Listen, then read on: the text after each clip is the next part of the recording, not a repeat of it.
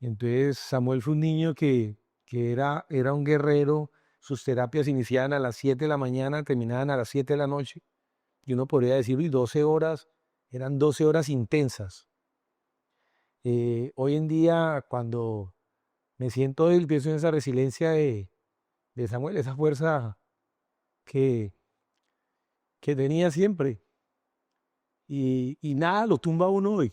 Pensando en esa fuerza de Samuel, yo le decía hoy a alguien que me decía, no, pero capitán, tal cosa de vida, mire, la verdad, yo perdí un hijo.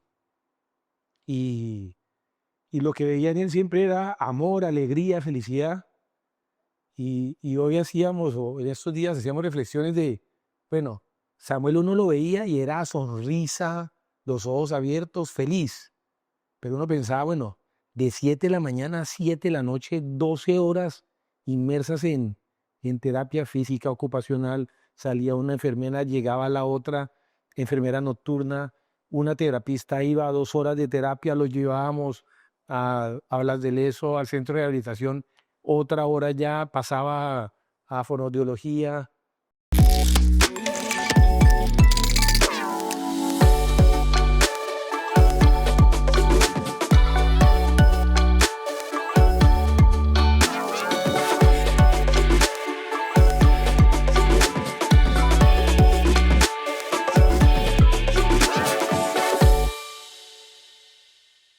Bienvenidos a un episodio más de Tertulias Night Show. En esta oportunidad tendremos una conversación con una persona que he tenido el privilegio de conocer hace muchos años. Pude fotografiar su boda y después nos reencontramos en ciertas actividades y ahora compartimos un deporte en común. Pero en esta oportunidad vamos a tener una conversación no tan fácil, una conversación compleja, pero necesaria, donde vamos a hablar del dolor, vamos a entender el corazón de un padre y a poder aprender de las adversidades y cómo salir adelante. Marco, bienvenido. Marco Antonio Sánchez Rodríguez. Gracias, José, por la invitación y bueno, un motivo de alegría uno poder ser testimonio, contar la experiencia y que pues esta experiencia le sirva a otras personas que puedan estar pasando por lo mismo y pues puedan ver de pronto de dónde obtener fortaleza para saber que se puede salir adelante y que se puede llevar este dolor. Genial. Bueno, antes de entrar en el bloque de preguntas, nos gustaría que te presentaras y te conocieran un poquito más. Yo te pregunté el cargo ahorita fuera de cámara, pero ya se me olvidó. Entonces, para que lo digas en... Perfecto. José, no, yo soy el capitán de fragata Marco Antonio Sánchez Rodríguez. Pertenezco a la Armada Nacional, llevo ya 25 años de servicio en la Armada.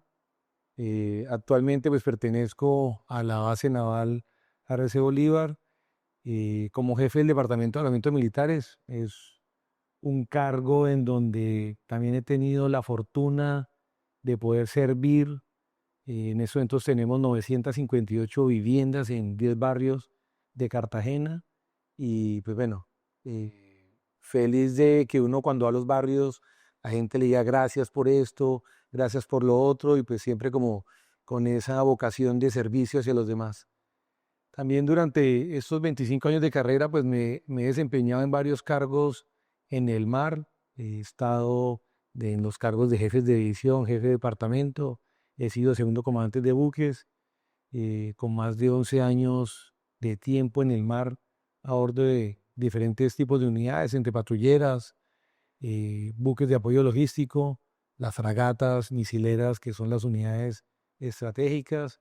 Y he tenido también la fortuna de pertenecer a estados mayores de fuerzas, en cargos como ayudante privado, jefe de protocolo y jefe de operaciones de la Fuerza Naval del Caribe, que fue mi anterior cargo. Adicionalmente, también fui ayudante del comandante de la Armada, estuve también como secretario privado del director general de la Dirección Nacional de Inteligencia cuando se creó en el 2011 esta entidad del Estado y también fui ayudante privado del ministro de Defensa.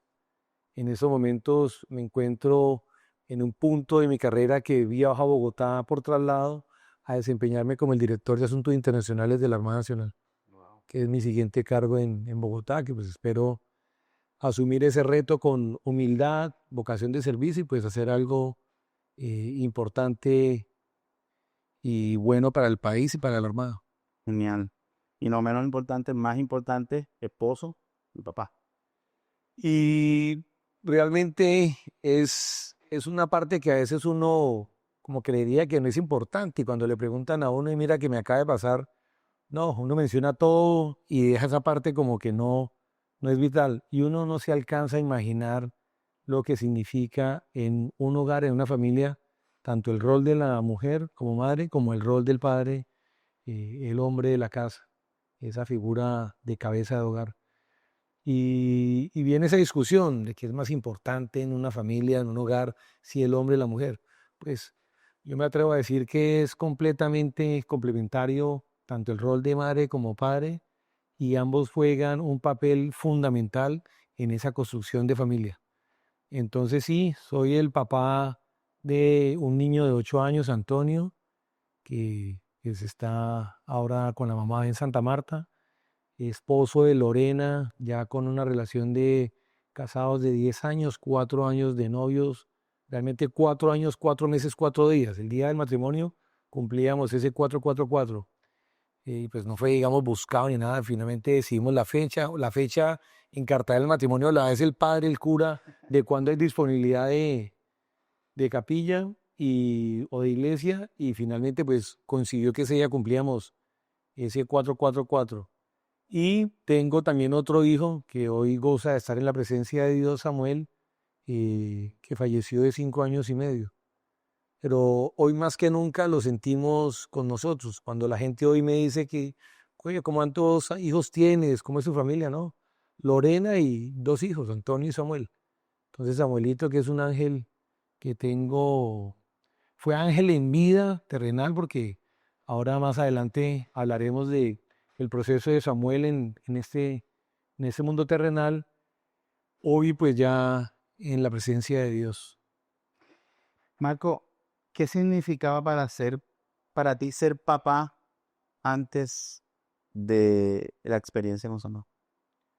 Bueno, antes la experiencia con Antonio siendo papá o antes de la llegada de Antonio, pues uno nunca se lee ni un libro, ni se prepara, ni nadie lo prepara a uno para ser mamá o papá. Cuando tiene uno esa gran bendición de que llega un hijo a realmente conformar lo que es una pareja y convertirse en un hogar con esa alegría que traen los hijos, pues también es un reto grandísimo, gigantesco. Entonces, cuando llega Antonio a mi vida, yo estaba de ayudante del ministro de Defensa. Me acuerdo que estaba en Bogotá, había una fecha para el parto de Antonio. Nosotros en la familia habíamos decidido que nuestros hijos nacieran en Estados Unidos, entonces Lorena estaba en Estados Unidos y yo tenía mi viaje programado para viajar a Estados Unidos unos días antes del parto, estar el tiempo de la licencia de maternidad, tener unos días de vacaciones y acompañar a mi esposa pues en esos primeros días que es como acoplarse uno al recién nacido, a que uno no duerme y pasa en vela, cuidándole el sueño. Y Lorena, que había estado tomando aspirinas, tenía una especie de preeclampsia, era un embarazo de alto riesgo, pues un día eh, él va al médico y el médico le dice, mañana tenemos que programar. Entonces después Lorena dice, pero tratemos de que sean unos días para que Marco pueda estar. Le dice, esperemos los días y finalmente durante la noche se da que no y tiene que ser a primera hora en la mañana. Y cuando yo me entero es que ya el niño va a nacer y pues me toca salir corriendo del Ministerio de Defensa a la embajada porque en ese entonces no tenía la visa vigente, tenía la fecha de la visa para renovarla y a los 10 días salir para Estados Unidos. Pero bueno, ahí es cuando la mano de Dios está presente en todo momento y los que somos afortunados de contar siempre con Él fueron un par de llamadas, ir a la ventanilla de la visa y en media hora tener la visa en la mano y salir de ahí a empacar 4 cosas en la maleta y al aeropuerto. Llego a Estados Unidos y Me dicen que mi esposa está en una clínica, llego a esa clínica, mi mamá me estaba esperando en el apartamento que habíamos arrendado para recibir a nuestro hijo. Cuando llegamos a la clínica, no estaba en la clínica, no aparecía el niño. Entonces fue, pucha, qué locura, uno con un brazalete que le dan aquí con el nombre del niño y el apellido de la mamá, que es Travesedo. Y mal escrito porque escribir Travesedo no es nada sencillo. Entonces, no, ya lo encontramos, está en otra clínica. En Estados Unidos hay clínicas Baptist como 6 en Miami. Entonces ya me dijeron cuál era, fui allá. Antonio estaba en cuidados intensivos, eh, prematuro, cuidados intensivos, fototerapia. Y Lorena pues ahí en la habitación. La alegría más enorme, ¿no? De conocer a su hijo. Y fueron 44 días en UCI con Antonio. Tuvo eh, un tema respiratorio, no, cuando uno está en el vientre de la madre, uno tiene una frecuencia respiratoria que es un poco más acelerada. Y cuando cortan el cordón umbilical, esa frecuencia debería regularse. Pero él quedó con esa frecuencia respiratoria eh, elevada, entonces empezaron a hacer el examen de sangre de todo en UCI, entubado, y todos los días cayendo, mal, mal, mal. Y bueno, uno aferrado a Dios, unidos como familia. Y, y yo decía, bueno, Señor, estamos en tus manos y pues tu voluntad es la que esperamos. Y creo que siempre lo más importante fue uno, tener esa persona al lado de esposa y dos, tener la certeza de que Dios estaba con nosotros. Entonces, bueno, 45 días en UCI y a la semana, a los 8 días, que vuelvo y repito, cada día mal, mal, había el doctor López, que era el jefe de pediatría, un cubano en ese Baptist de San Miami, me decía, tranquilo, capitán, que podemos hacer más cosas. Y entonces uno veía que le ponían un oscilador y el pulmón le hacía así, ¿no? Veía el pecho del bebé prematuro, así. Y uno, Dios mío, Señor, pidiéndolo sufrir, uno decía, Dios mío, fue madre, ponme a sufrir a mí, no lo pongas a sufrir a él.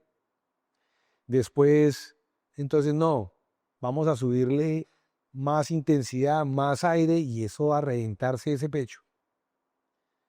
Después ya no, va a tocar colocarle nitros. Entonces le colocaba una máquina que era nitros y yo dije, bueno, ¿y esa máquina cómo funciona? No, eso es nitrógeno que le meten al niño y entonces eso ayuda a regular y en ese momento, después de 10 días, todavía no sabían qué tenía. Y, y uno para abajo, pero siempre pensando con mente positiva de que iba a salir adelante. Al 12º día se dieron cuenta que tenía una hipertensión pulmonar y entonces ahí fue que empezaron el tratamiento con nitros y otro medicamento y empezó a subir. Se me dio por preguntar a los 13 días cómo iba la cuenta del hospital. Y en ese entonces, con 13 días, el valor de la hospitalización iba en 685.400 y pico dólares. Estaba ahí no en la caja, sino era como la parte financiera del hospital. Salí de ahí, llamé a mi papá, le dije, papá, estaba verificando la cuenta, va en esto. Uy, Dios mío, pero tranquilo. Si toca vender un apartamento, lo que tengamos que hacer, lo importante es el niño. Y qué pena que había hablado mucho. Tranquilo. Y bueno, dijimos, bueno, no, en manos de Dios, siempre ese apoyo de la familia que es vital. Pero importante que a partir de ese día 12, Antonio empezó a mejorar. El hospital, la calidad de la gente, todos unos ángeles, la verdad. Siempre nos sentimos bendecidos. Él nació el 13 de diciembre, el 24 de diciembre fue la primera vez que toqué a Antonio. Y fue que me dejaron en la incubadora cambiarle el pañal. El 24 de diciembre yo le cambié el pañal. No lo podía sacar de ahí, pero por lo menos le toqué las piernas, le limpié la cola. Una gran bendición. Entonces, esa pregunta de ese antes y ese después, bueno, fue lo mejor que me ha podido pasar, pero realmente una vivencia traumática de tú ver a tu hijo, una cosita indefensa, inmerso en esa situación. Y a partir de ahí, mejor, mejor, mejor, mejor. Todos los días una mejoría, los exámenes de gases que le hacían cada día mejor y agarrados de Dios, arrodillados, orando. Y bueno, salimos, hoy en día no le dan gripas, no sufre de nada, súper activo y una prueba superada de la mano de Dios. En el segundo, nosotros estábamos en una comisión en Estados Unidos, en Newport, Rhode Island. Yo estaba en el Colegio de Guerra Naval de los Estados Unidos haciendo curso de Estado Mayor y una maestría. Y dio la casualidad que quedamos en embarazo, estuvo el proceso del embarazo, todo el tiempo de Estados Unidos, y ya saliendo de Estados Unidos en Miami, como era un embarazo de alto riesgo y Lorena, digamos que había tenido el primero preeclampsia, tocaba que ella se quedara y no viajara a Colombia. Igual yo me vine para Colombia, llegué a un buque, trabajaba en el buque, un domingo 5 de agosto, estaba yo en cine, en el Boca Grande Plaza, solo, desparchado, Lorena con su mamá y mi mamá en Miami, y me empieza a vibrar el teléfono, saco el teléfono, mi mamá, yo, Marco, vamos de urgencias con Lorena, siento un dolor grandísimo, entonces, no, pues llamar a mi jefe, mi comandante, decirle, mi capitán, tengo esa situación, me fui, empaqué lo que pude y entré en trabajo de parto. Cuando llegó al hospital no sentían a Samuel, lo sacaron y Samuel prácticamente nació vivo, nació muerto. Cuando una persona nace, hay una tabla de 0 a 10 en signos vitales. Normalmente todos nacemos en 8, 9 o en 10. Samuel nació prácticamente en 0 o 1, ¿sí? No respondía nada, completamente muerto. Y ahí es cuando en la vida de Samuel empieza ese primer ángel, que es esa persona que le hace la reanimación, porque la reanimación de Samuel duró entre 17 a 21 minutos. Yo diría, pero en Colombia a los 5 minutos se está reanimando a alguien, ya digamos que descartan la reanimación y digamos que lo dan como fallecido. Pues esta persona empezó a hacer la reanimación y es cuando el poder de Dios empieza a mostrar en esa escala de 0 a 10 pequeñas mejorías. Entonces a los 4 minutos 1, y cuando es 1 es que le hacen reflejos, cosas, y ahí van detectando para poder tener, digamos, esos parámetros en la escala. Y empiezan entonces a hacerle, y a medida que él iba avanzando en esa reanimación, Dios nos iba dando esos números positivos en esa mejoría. Y después de entre 17 y 18 a 20, 21 minutos, Samuel logra estar más o menos como en 7. Inmediatamente es entubado, trasladado a otra clínica, el mismo proceso que Antonio, y entra en un proceso que se llama cooling. Hace 6 años que Samuel llegó a este mundo. En Colombia, solamente en la cardioinfantil en Bogotá, tenían ese proceso de cooling. Y lo que hace el cooling es que, bueno, lo que tuvo Lorena y la emergencia que se dio es que tuvo un desprendimiento total de placenta.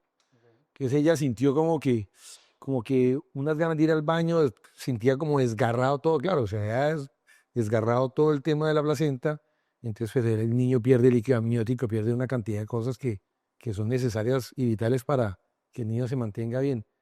Entonces, es trasladado a otra clínica y empieza este cooling lo que hace es que la temperatura corporal la bajan 6 grados y lo que hace esos 6 grados de temperatura, o sea, el cuerpo queda un poco más frío, es que el cuerpo entre en un reposo. Al entrar en reposo, los órganos necesitan menos oxígeno. Al necesitar menos oxígeno, pues el daño que se cause en los órganos y en el cerebro se disminuye, se mitiga un poco. Entonces le hacen el cooling, son 72 horas que pasa a una temperatura menor en 6 grados y digamos que eso pues cuando ya salimos después de la clínica, pues es lo que logramos tener a Samuel. Seguramente si no hubiesen hecho ese proceso de cooling, eh, Samuel de pronto no fuera la persona que fue durante ese periodo bendecido que tuvimos a Samuel en este mundo terrenal. Entonces ahí inicia Samuel intubado, eh, le habían hecho un, una placa en el cerebro para verificar a ver cómo estaba la afectación, pero como era tan temprano y estaba en el cooling, no se veía muy bien, pero no se veía tan mal. Eso digamos que nos llegó como de esperanza. Después de las 72 horas que empieza otra vez como que la temperatura pasan de frío a calor y empiezan como otra vez a darle su temperatura normal, ya le hacen otro examen y en ese examen sí aparece que la afectación de Samuel a nivel, digamos, del cerebro había sido profunda, bilateral, difusa, eh, prácticamente en todo su cerebro. Y yo le decía al neuropediatra también que era un experto y al cardiólogo le decía, bueno, pero de 1 a 10, ¿cuál es la afectación? En Estados Unidos, a diferencia de Colombia, la gente se cuida mucho de lo que dice, porque hay mucha gente que se cae frente al McDonald's porque había una lata de cerveza y demandan al restaurante, entonces se cuida mucho en qué decir. Entonces, me dijo, no, la afectación es grave. Yo dije, bueno, de 1 a 10, me dijo 8. Yo me acuerdo que tenía a Lorena aquí a este lado derecho, ella puso su cabeza aquí en el hombro y uno siente como que el mundo se le viene encima. Pero inmediatamente diríamos, nos arrodillémonos, vamos a orar, vamos a pedirle a Dios por la vida de él. Y bueno, ahí está mi mamá, que también es una persona muy devota, de esas que va a misa 2 veces al día, que puede rezar 3 rosarios también en el día. Y es como si nos hubiese abrigado algo y nos daba la certeza de que iba a estar bien. Y ahí empieza un proceso de, no fueron 45 días como Antonio, fueron menos días, 34, pero con una dificultad adicional de que pues tenía su daño cerebral. Cuando el niño es muy bebé, pues no se logra notar porque la edad neuronal es prácticamente la misma de, del bebé como tal. Pero a medida que va pasando el tiempo, uno empieza a ver que se va quedando como en esa escala de la, la edad como tal, con esa edad neuronal que debería tener.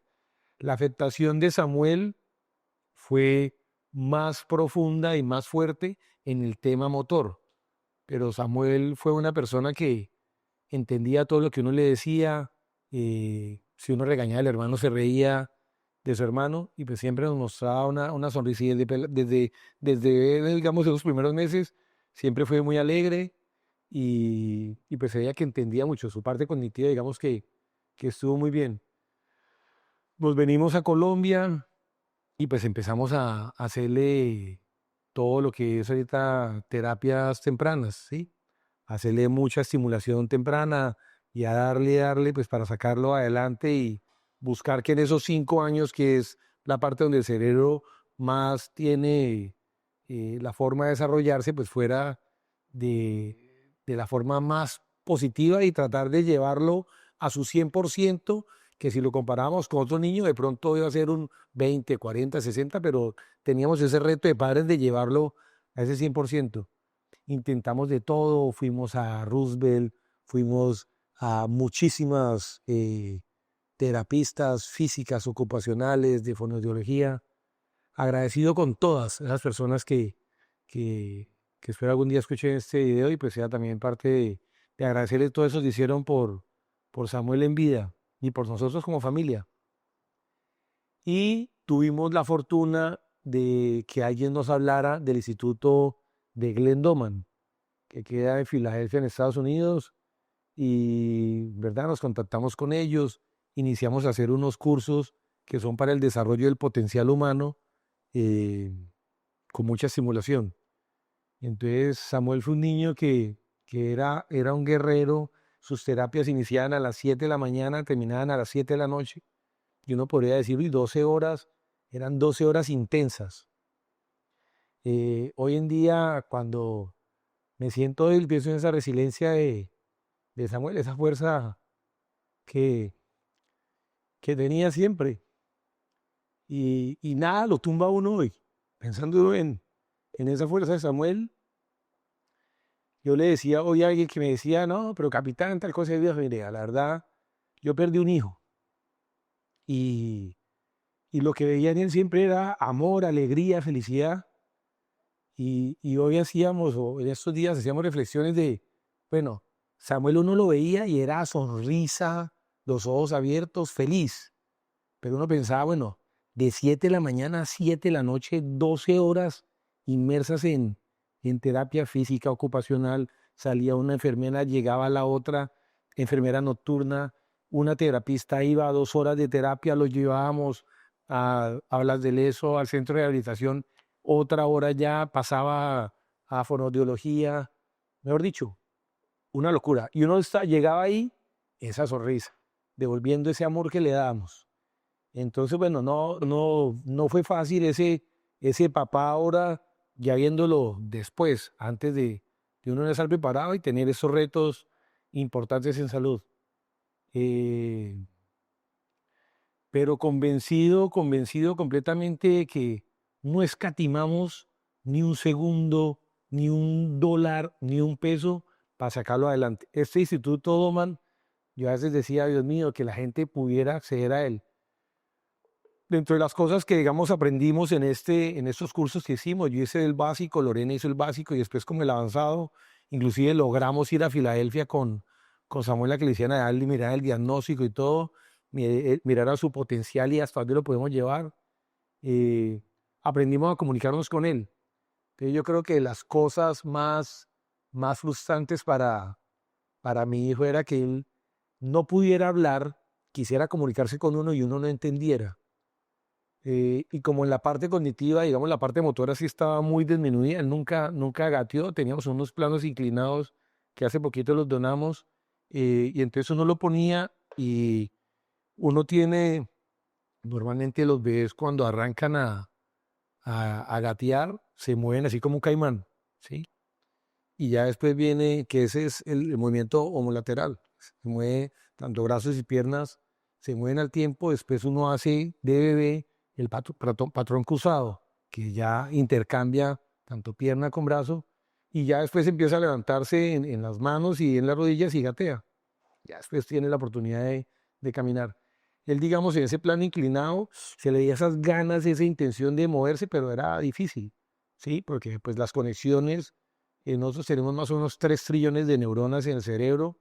Yo podría decir que de pronto Samuel pudo haber perdido 2 de esos 3 trillones, pero es como una analogía que hago del COVID. Cuando llega el COVID, una empresa que tenía 200 personas, pues le tocó coger a algunas personas, suspenderle sus contratos y quedarse con 100, ¿sí? Porque pues no había el mismo ingreso. Y esos 100, entonces de pronto hay uno que era el almacenista, pero en la noche era el celador, ¿sí? Entonces tenía que tener varias funciones. Lo mismo pasa con las neuronas. Esa neuroplasia cerebral que tenemos, pues una neurona que está y fue creada y Dios nos la dio para hacer una función, al tener una ausencia de otras, lo que empieza es que empieza a hacer otras cosas. Esa es la estimulación temprana, buscando que esa neuroplasia cerebral, pues digamos que supla esas neuronas que han muerto y ya no están.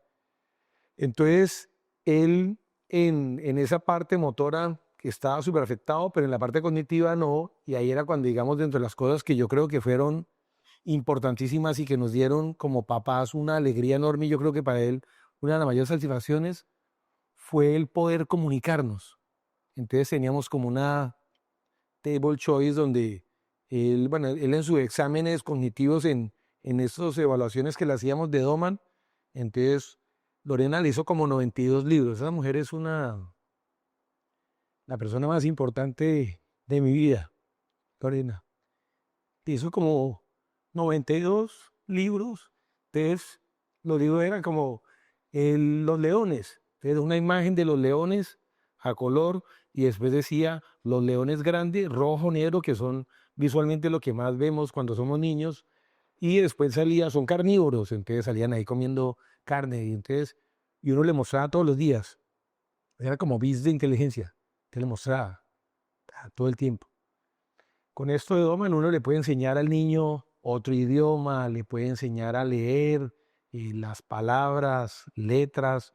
Yo creo que Samuel, si pudiera hablar en algún momento cuando estaba aquí, podría tener un léxico mejor que cualquier persona adulta, porque esos bits de palabras y de frases y eso se le mostraron más de 5.000, 92 libros más o menos que le hizo Lore.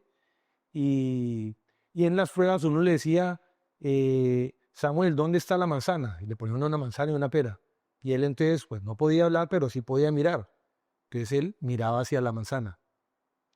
Eh, y así en todas sus evaluaciones siempre, en todos los procesos que nos tocaba hacerle la evaluación, que eran periódicas, cada 2, 3 meses, siempre sacó 100%. O sea, siempre en la parte cognitiva, muy entero. Y hacíamos el tema de la table choice, entonces uno le decía, Samuel, entonces en un pedazo de cartulina, de papel o un tablero que pudiera marcar uno con marcador, uno lo dividía en 4 y le ponía aquí sí, no, tal vez, sí, entonces uno le decía, le hacía una pregunta a Samuel y él lo que hacía era mirar a la respuesta que quería, ¿sí? Sí o no, o uno a veces, permíteme tu mano, uno le decía con el puño así, porque él pues tenía el puño así cerrado, uno le decía, Samuel, ¿quieres comer sí o no? Se lo ponía aquí en la mitad y él tiraba el brazo por un lado para el otro.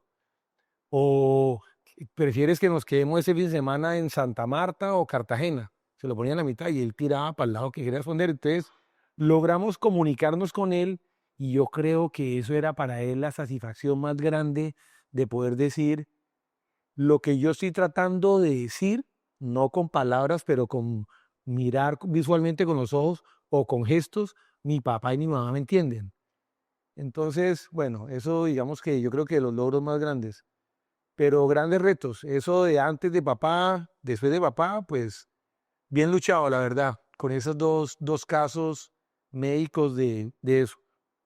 Y digamos que siempre decíamos a Samuel a todo lado, pero pues era una persona súper sensible, entonces íbamos al cine y le ponías tapaoídos de gomita por dentro, unos Mickey Mouse también para atomizar el ruido, pero durábamos 5 minutos y nos tocaba salir. Los centros comerciales con tanta gente era una locura, pero nunca lo encerramos, siempre lo tuvimos en todo. eh, y bueno, después de que ya Samuel se va, pues viene esa parte de papá donde hay un tema que se llama la ambivalencia, ¿sí? Y es que tiene uno ese dolor de que no está Samuel y hay una ausencia física de él, pero al final uno tiene esa alegría y tranquilidad de que está mejor y que nosotros también estamos teniendo una condición de vida diferente, porque tendríamos que restringirnos de muchas cosas. Todo giraba en torno, era de Samuel. Entonces uno también de pronto, y lo que hicimos con Lorena fue, listo, Lorena se dedicaba mucho a Samuel, yo me dedicaba un poco más a Antonio, pero pues había un balance también de que ella estuviera con Antonio y yo con Samuel. Pero siempre como familia, a ayudarnos, a estar siempre juntos. Entonces, bueno, esas creo que podrían ser las respuestas a ese antes y después como papá. Wow. Respondiste la mitad de las preguntas que tenía escrita aquí. Hermano. Muchas gracias, ¿no? De verdad que qué enriquecedor que compartas todo el testimonio y con tanto detalle, porque este testimonio edifica un montón y sé que las personas que van a estar viendo esto van a recibir todas estas palabras y toda esta historia que tú nos has comentado de buena manera. Y va a ayudarlo, va a llenarlos de fortaleza a algunos que estén atravesando situaciones similares. De verdad, muchas gracias, Marco. Sí, Mira, te van a pasar un... gracias. Bueno, una pregunta, vamos a hablar un poquito de Samuel. Eh, Conciso, ¿cómo te gustaría que la gente recordara a Samuel Eto'o? Bueno, no, a Samuel, ¿cómo me gustaría y cómo la gente lo recuerda realmente? Porque, ¿cómo me gustaría? Pues realmente como él era. Las personas que tuvieron la fortuna y esa bendición de conocer a Samuel, vuelvo y te digo, siempre Samuel, lo único que tenía para uno era una sonrisa. Y yo podría mostrarte, y ese álbum que vamos a hacer de Samuel, verás las fotos que son solo amor y alegría. Eh, y uno después hoy entiende y dice, bueno, pero realmente tendría que sufrir mucho, eh, porque tú tienes un tema de espasticidad y que tenga, te muevan el brazo así y no solamente una vez, sino durante una hora, pues tiene que ser complicado, que no te puedas sostener o levantar y igual te levanten con unas células para que empiece a que tu cerebro mecanice eso o cuando lo poníamos en un chaleco a él y se lo pegaba a uno para caminar con él, ¿sí? Pues ahí uno notaba que había mucho dolor, pero uno le hablaba y le decía, y esa era una sonrisa total. Entonces, yo creo que, ¿cómo me gustaría que lo recordaran como eso? Esa persona que vino y todos venimos al mundo a cumplir un propósito y tenemos una misión dada por Dios. Nada de lo que pasa es por casualidad, todo pasa por algo y es Dios obrando en la vida de cada uno de nosotros. Yo creo que cómo recordar a Samuel como esa persona que cambió nuestras vidas y no solamente la de Lorena, Antonio y la mía, sino todos los que tuvieron la fortuna de conocerlo, así fuera viéndolo en misa o en el parque, interactuando con él de pronto en una de sus salidas de mañana o tarde por el parque en sus sillas ortopédicas diseñadas para él. Entonces, creo como que el mejor detalle de recordar a Samuel es como esa persona que cambió vidas, hoy sigue cambiando vidas. Seguramente cuando escuchen este podcast tendrán esa vivencia de lo que Samuel fue durante esos casi 6 años de vida. Y creo que pues una persona completamente alegre, feliz, resiliente, que a pesar de pues todas las situaciones que vivía, siempre tenía una sonrisa para nosotros. Genial. Bueno, hay un tema con el ser papá y nosotros como papás nos sentimos protectores de casa. Y sé que en medio de la pérdida pudiste haber batallado emocionalmente con eso. ¿Cómo seguir adelante con Antonio?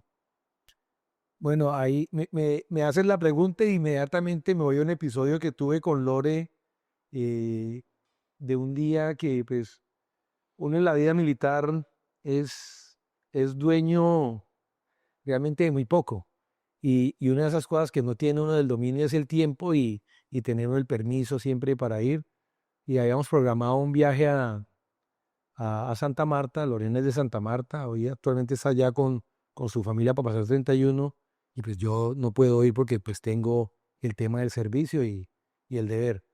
Y habíamos programado ese viaje ese viernes en la mañana, tenía mi permiso firmado para irme y la noche anterior me llama mi jefe y me dice, Marco, necesitamos mañana reunirnos con el capitán Salas de Sociedad Portuaria, que tenemos que pedirle un favor y pues yo pues, tengo una buena relación con el capitán Salas y dije, listo mi capitán. Le dije, amor, creo que mañana no me voy a poder ir. No, pero ¿cómo así?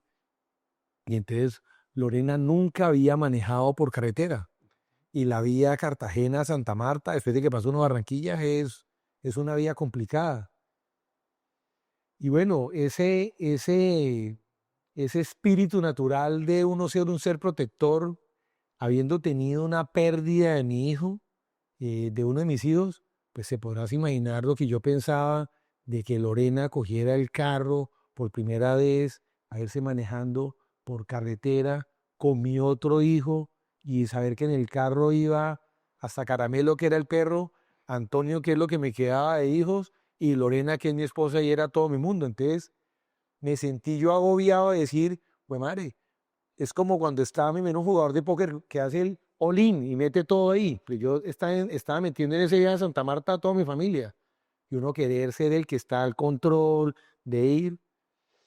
Y entonces yo dije, Dios mío, ¿qué hago? Entonces, amor, no, dame hasta el mediodía. Yo trato de hablar con mi capitán. Llamé a mi mamá que le dio un consejo y dije, no, pero trata de hablar con ella, mira a ver cómo pueden resolver. Y yo oraba, amor, no te vayas, que no. Y pues me imagino que ella pensaría, no me quiere dejar ya estar con mi familia, era algo que tenemos programado y pues yo no tengo por qué quedarme si él no puede. Entonces, no, creo que ahí se despierta ese, ese ser protector mucho más con el que queda, que es Antonio. Entonces, hemos tenido que aprender a darle su espacio también, a entender que pues lo que sucedió con Samuel era algo que hoy entendemos que era lo que tenía que pasar, fue la voluntad de Dios. Y bueno, pero sí, se despierta ese sentido sobreprotector, no el protector, sino el sobreprotector sobre Anthony. Pero hemos mejorado mucho, la verdad, en ese tiempo, desde la partida de Samuel, hemos aprendido a que hay que darle también a Antonio su espacio. Claro. Bueno, y hablando del matrimonio, cuando suceden estos, eh, digamos, catástrofes emocionales, los matrimonios no lo superan.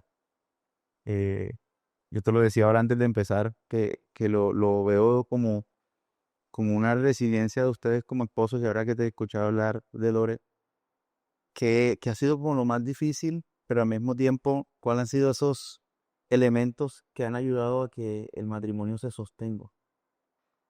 Bueno, yo creo que lo primordial en esa pregunta, José, y lo hablamos ahorita antes de empezar formalmente, creo que lo más importante realmente de este éxito, que pese a esa pérdida, que es la única pérdida que no tiene un nombre, ¿sí? Tú pierdes a tu señora y tú enviudas, ¿sí? Pierdes a los padres y eres huérfano. Pero la pérdida de un hijo no tiene nombre, ¿sí? Es algo que no está tipificado en ningún lado. Y la naturaleza da que uno pues entierra a sus padres, no uno entierra a sus hijos. Entonces, creo que realmente lo más fundamental ha sido la presencia de Dios, Dios en el centro de este hogar como tal. Creo que no hay otra forma de uno sostenerse y superar una situación de estas, este dolor tan grande, si Dios no lo tiene uno presente. Y como tú lo decías, el común denominador de las relaciones de pareja, de familias, cuando tienen una situación de estas pérdidas grandes, es que la familia pelea, se desintegra, cada uno toma su camino, el uno culpa al otro. Aquí digamos que yo creo que también por esa entrega desmedida y no escatimando absolutamente nada, tanto de Lore como mamá, yo en mi papel de padre, Antonio como ese hermano que lo acompañaba en sus terapias, que estaba presente, eh, que le hacía barra a su hermana en todos sus momentos de estimulación y de terapia. Creo que ha sido el éxito de saber que en este proceso de Samuel estábamos todos y todos sumamos. Y tener esa presencia tan firme, tan fuerte de Dios, ha hecho que, al contrario, si pudiera haber algún quebranto, fisura, malentendido cuando teníamos a Samuel, hoy en día seamos una familia mucho más cohesionada. Y en ese proceso del duelo, y si uno escuchaba las palabras mías el día del sepelio de Samuel, pues la gente me decía, huevón, usted perdió a su hijo, no lo vemos como quebrado, ¿sí? Pues obviamente uno está en una fase que es de shock, ¿sí? Entonces ese duelo, pues uno al principio está como muy fuerte, uno como que no ha entendido bien lo que pasó, pero también le doy gran parte a ese Dios que siempre está con uno sosteniéndolo, eh, y sentirse uno como abrigado, más todo el cariño de la gente que nos acompañó, que nos mandó un mensaje, un mensajito, una flor, una voz de aliento, unas alitas. Bueno, también agradecido con todas esas personas que durante este año y 17 días han estado ahí presentes, firmes. Entonces creo que eso ha sido ese éxito. Y vuelvo y te digo, y hoy podría decir que la relación de familia es más fuerte que lo que era antes cuando estábamos con Samuel. Y creo que es vital, la madurez de Lorena, de Antonio y pues la mía también frente a esa situación. En esos procesos de duelo, pues hay varias etapas, ¿sí? Primero, pues uno tiene como ese estado de shock, después viene como ese choque, esa aceptación de entender que pues, físicamente ya no está. eh, en ese proceso, digamos que Antonio ha ido empezando como a sanar, a soltar más, a hablar más. Ahora te cuento más adelante otra anécdota de hace como 2 meses que nos pasó, que es como cuando hemos sentido que él ha empezado como a soltar, después de ya un año largo de psicología, porque pues también hay que agradecerle a que no solo con ese acompañamiento de esa presencia de Dios, de orar, de pronto de los padres que nos han rodeado, nos han dado un buen consejo, nuestros papás y familia todos volcados a nosotros, también pues también el tema de los doctores, los psicólogos, incluso pues fuimos donde psiquiatras y realmente creo que es fundamental uno poder ir y buscar un profesional en la salud mental y que le diga, mire, esto es un camino que puedes tomar, hay que hacer estas cosas, eso es una terapia, respire de esta forma, viva de esta forma. Entonces, creo que eso ha sido el éxito para que esta familia se mantenga hoy más unida que antes. Gloria a Dios. Bueno, hay una parte que nos gusta mucho y toda esta conversación sé que ha sido muy enriquecedora, pero quisiera que le hablaras directamente a un papá que pueda estar atravesando una situación similar y que le dieras un consejo, no sin romantizar el dolor, ¿no? Obviamente dándole desde tu experiencia. Vale, José, no, yo creo que realmente el perder un hijo es sin lugar a dudas el dolor más grande que puede sentir un ser humano. Pero creo que, eh, y podrán existir diferentes circunstancias, sea un tema médico, de salud, un accidente eh, que se dé, creo que es, es un momento en donde uno que se pueda llegar a sentir solo, completamente de acuerdo y sentirse uno agobiado por esa ausencia física, pues también es una oportunidad para entender que ese ser querido siempre estará con uno, ese hijo nunca lo va a abandonar, contará uno con tener un ángel en el cielo y yo hoy lo veo y soy testimonio que todos los días de mi vida hay algo que yo le digo, hijo, sé que fuiste tú y estás al lado de papá Dios y le decía, si antes la gente decía, este man tiene palanca, este man siempre tiene como alguien ahí, imagínese uno ahora tener una persona que está ahí al lado de papá Dios diciéndole, ese man era un bacán conmigo, ese man se porta bien, es juicioso, es honesto, es leal. Entonces, véanlo como una oportunidad de darle gracias a Dios que está en la presencia del Señor y creo que nos queda una tarea grandísima y es hacer las cosas bien, aquí donde estamos en esta parte terrenal y tener esa certeza que algún día nos vamos a volver a encontrar. Y no solo con ese hijo, sino con esos abuelos, con esos tíos, con todos esos familiares que ya se han ido. Y ese hijo hoy seguramente estará gozando las mieles de los bisabuelos, los abuelos de uno, súper acompañado en un lugar que seguramente es solamente paz, tranquilidad. Y entonces, pues, uno, buscar la ayuda de profesionales de la salud. Dos, tener la certeza de que sin tener presente a Dios y ese acompañamiento de cualquiera de las religiones que profese la persona, pues la que pase por esta dificultad, es importantísimo. Eh, y si tiene una pareja, una esposa, así como lo definimos con Lore, puede haber momentos donde yo esté muy fuerte, pero puede haber momentos donde la pareja a uno no. Ese es el momento donde la pareja tiene que decirle, amor, hoy es un día difícil, me he sentido así, y uno tiene que coger y darle esa mano, ese hombro y apoyarlo. Y cuando uno también sienta ese momento de dificultad, de que se sienta agobiado, que está sufriendo, pues decirle, amor, me siento hoy mal, ayúdame, acompáñame, estemos juntos.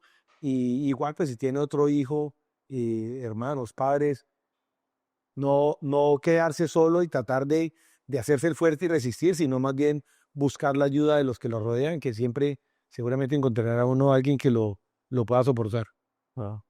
Gracias, Marco, de verdad, por compartir, por testificarnos, por hablarnos.